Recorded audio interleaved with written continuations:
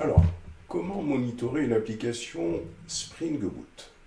D'abord, il y a une chose qui est très importante, parce que pour monitorer une application Spring Boot, vous voyez la problématique, où est-ce qu'elle est.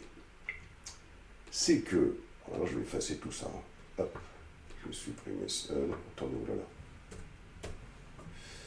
je vais supprimer ça, je vais supprimer ça, je vais supprimer ça, je supprime ça, je supprime ça, je supprime ça, je supprime ça, ça, ça, je supprime ça, ça. Je vais juste laisser Prometheus ici, je laisse Prometheus qui est ici.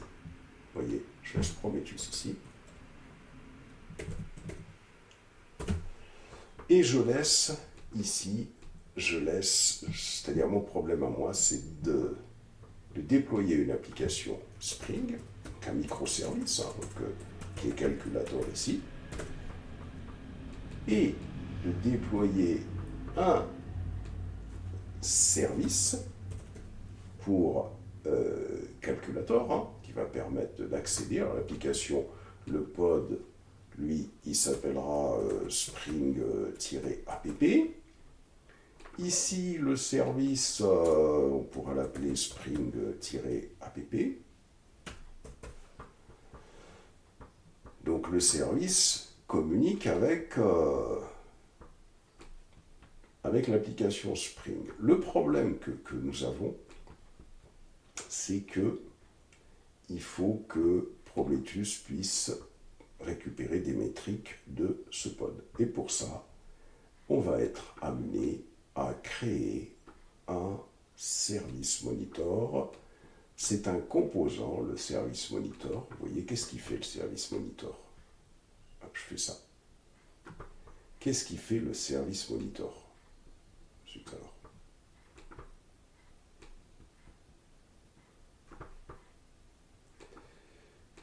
C'est le cœur, hop, ici.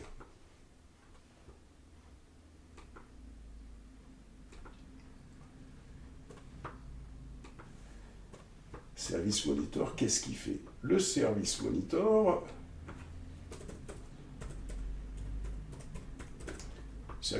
c'est lui qui, par le biais, vous voyez, quand je vais faire ici, le service monitor, c'est lui qui, par le biais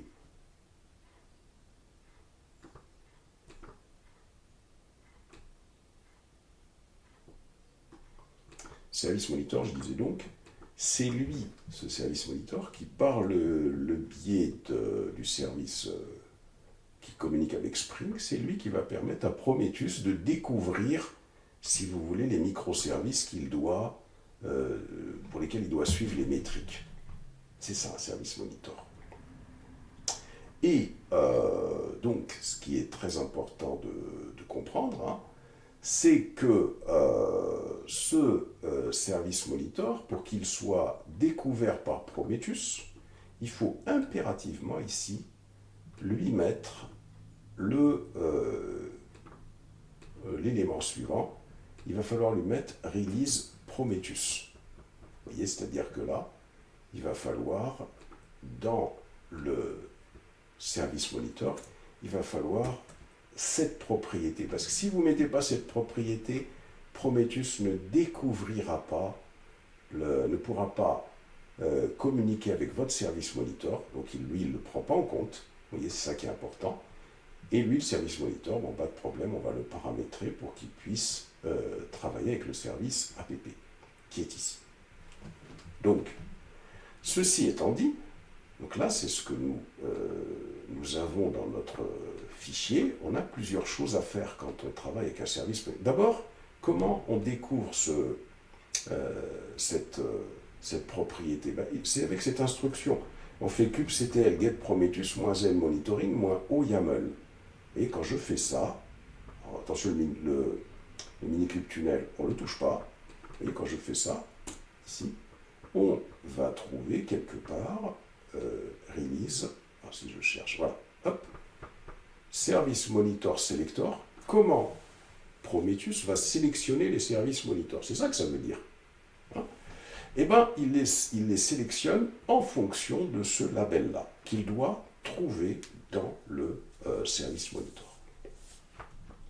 Et donc, à partir de là, si vous allez récupérer votre microservice calculator.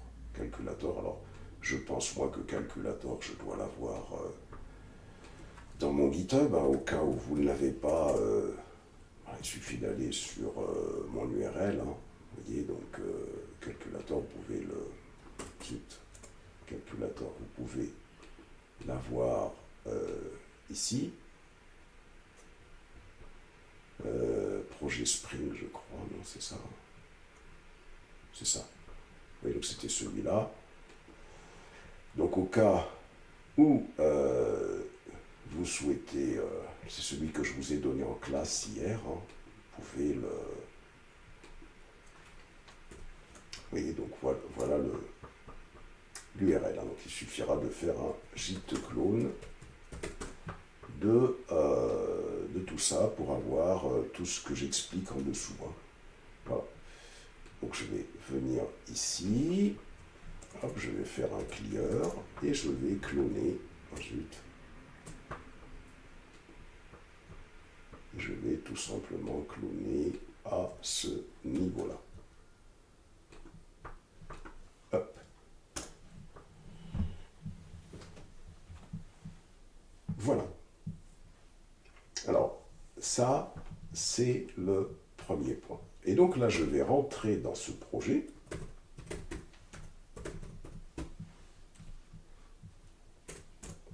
Et je vais faire un code point. Donc pour pouvoir monitorer un service de type Spring Boot, vous voyez, alors tout est expliqué dans le fichier, mais là, si vous récupérez ce fichier, tout est prêt à l'emploi. Il faut d'abord un Dockerfile, bien sûr. Hein. Vous avez un Dockerfile pour pouvoir dockeriser notre application. Il faut un fichier de déploiement de l'application Spring. Alors, ce fichier de déploiement, bon, type déploiement, le nom du déploiement, ici un label qui permettra de faire référence, si vous voulez. Pourquoi on met un label ici? C'est que partout où on va trouver le label, ça veut dire que ce déploiement gère les composants qui ont ce label. Par exemple, ici j'ai un déploiement, mais juste dessous, j'ai un composant de type réplica. Et vous voyez que ici j'ai le label Spring App. Donc ça veut dire que le déploiement gère ce réplica. En plus, si je continue, juste dessous encore, j'ai un label pour les pods. Donc ça veut dire que ici j'ai ces réplicas qui va suivre le pod qui est ici. Alors ici, ce qui est très important, c'est de voir que dans mon déploiement, je fais appel à cette image-là. Donc il va falloir qu'on pousse sur le registry. Ici, j'ai des informations qui vont permettre à Minikube de vérifier la bonne santé de ce pod. Vous pouvez récupérer, faites copier-coller dans ChatGPT pour avoir une explication point par point. N'hésitez pas à le faire, ça. Ici, j'ai un service. Ce service s'appelle Spring App. Et ici, j'ai un certain nombre d'annotations que je dois rajouter à ce service. Pourquoi je rajoute ces annotations? Parce que c'est ces annotations-là qui vont permettre à Prometheus de pouvoir récupérer des informations de métriques. Et puis là, vous voyez, donc j'ai un selector qui indique que mon service va communiquer avec le port 8080 du pod et exposer ça sur le port 8080. Et là, j'ai le service monitor. Le service monitor, qu'est-ce qu'il fait? Donc vous voyez le label très important ici dans le service monitor. C'est ça qui permet à Prometheus de pouvoir communiquer avec ce service monitor. Match label Spring App, ça, c'est grâce à ce label qu'on pourra communiquer avec le service qui expose Prometheus, puisque vous voyez, il a ce label-là. c'est très important de comprendre comment tout ça, ça s'enchaîne. Et ici, on indique default. Pourquoi j'indique default? C'est parce que le service monitor travaille. Je vais avoir un service monitor que je vais mettre ici dans le namespace tout simplement default. Et voici donc le endpoint que Prometheus, par le biais duquel Prometheus va pouvoir récupérer les métriques. Dans le fichier pom.xml, donc ce qui veut dire que ce type de service monitor-là, c'est ce type de service monitor qu'il faudra que vous créez pour chacun des microservices de PET clinique. Il suffira d'aller tout simplement vérifier comment vos services sont réalisés pour chaque service. Et là, vous avez vraiment une trame à utiliser pour vos microservices. Donc, ici, si on revient sur l'invite de commande, première des choses à faire, c'est un docker build -t 192.168.49.2 2.5000/app. Hop. Voilà, il y a un point à la fin, bien sûr, il ne faut pas l'oublier. Donc ça permet de créer l'image. Voilà. Ensuite, je fais un push, docker push de cette image, 192.168.49.2 2.5000/app. Vous la pushez.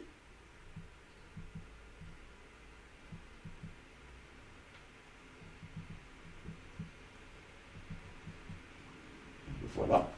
Je fais un clear. Pardon. Et là, je fais un kubectl apply -f et je fais point. Voilà. Je fais un kubectl get alors PO déjà. Ça me permet de voir, bah tiens, que mon container Spring est en création. Je fais un kubectl get svc. Kubectl get svc pour voir le service Spring app. Et je fais un kubectl get service monitor pour voir le service de type service monitor, voilà, qui est ici, qui permettra d'exposer l'application. Il faut revenir sur le service getPO pour s'assurer qu'il est en état running, mais il n'est pas toujours... vous voyez, j'ai 0 là, donc là, on va faire un watch getPO. Voilà, pour l'instant, c'est watch kubectl. kubectl getPO. Il est en état running. Ok. Lançons le http://. Alors, il faut aller revoir quel était... je crois que c'était Prometheus, hein, le ingress. Hein. Donc, prometheus.exemple.com. Voilà, donc je suis bien dans Prometheus, vous faites un target elf, et là, c'est parfait, on a l'application qui est exposée. Donc il faut faire exactement le même travail pour tous les composants.